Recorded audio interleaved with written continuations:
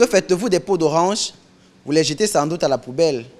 Mais savez-vous que ces déchets peuvent être recyclés pour la production des huiles essentielles? Bonjour à tous et bienvenue dans Africa Bio. Pour cette autre édition, je vous amène à Douala, au Cameroun, à la découverte d'un jeune Camerounais qui a inventé une machine pour l'extraction des huiles essentielles. Quelles sont les différentes étapes du processus? À quoi servent les huiles essentielles? Et surtout, comment se porte le projet à ce jour? Vous voulez des réponses? Je vous invite à nous suivre.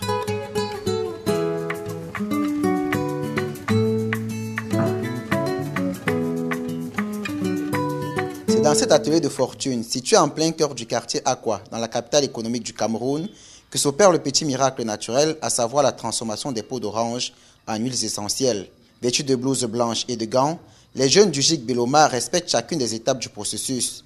Tout commence alors par la phase de collecte des déchets dans différents espaces marchands de la ville. La chaîne de valeur commence déjà par la collecte. Donc il faut déjà aller dans les marchés, dans les points d'affluence où il y a des femmes qui vendent des oranges, peler, les sensibiliser, ensuite venir en fin de journée récupérer ces peaux d'orange.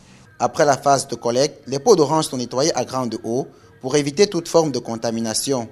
Elles passent ensuite à la pesée avant d'être déversées dans l'hydrodistillateur, cette machine inventée par le GIC Beloma pour l'extraction des huiles essentielles. Pour mettre en route l'appareil, qu'est-ce qu'il faut? Il faut déjà allumer le four amélioré. Déjà, il faut dire le four amélioré, c'est nous permet d'économiser un peu d'énergie dans le processus de fabrication.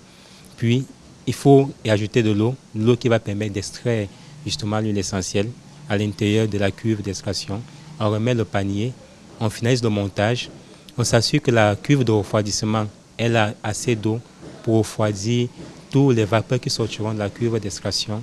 Et puis après, nous avons l'huile essentielle, nous avons dans la bouteille qui nous permet de récolter le produit fini, nous avons l'hydrosol et l'huile essentielle.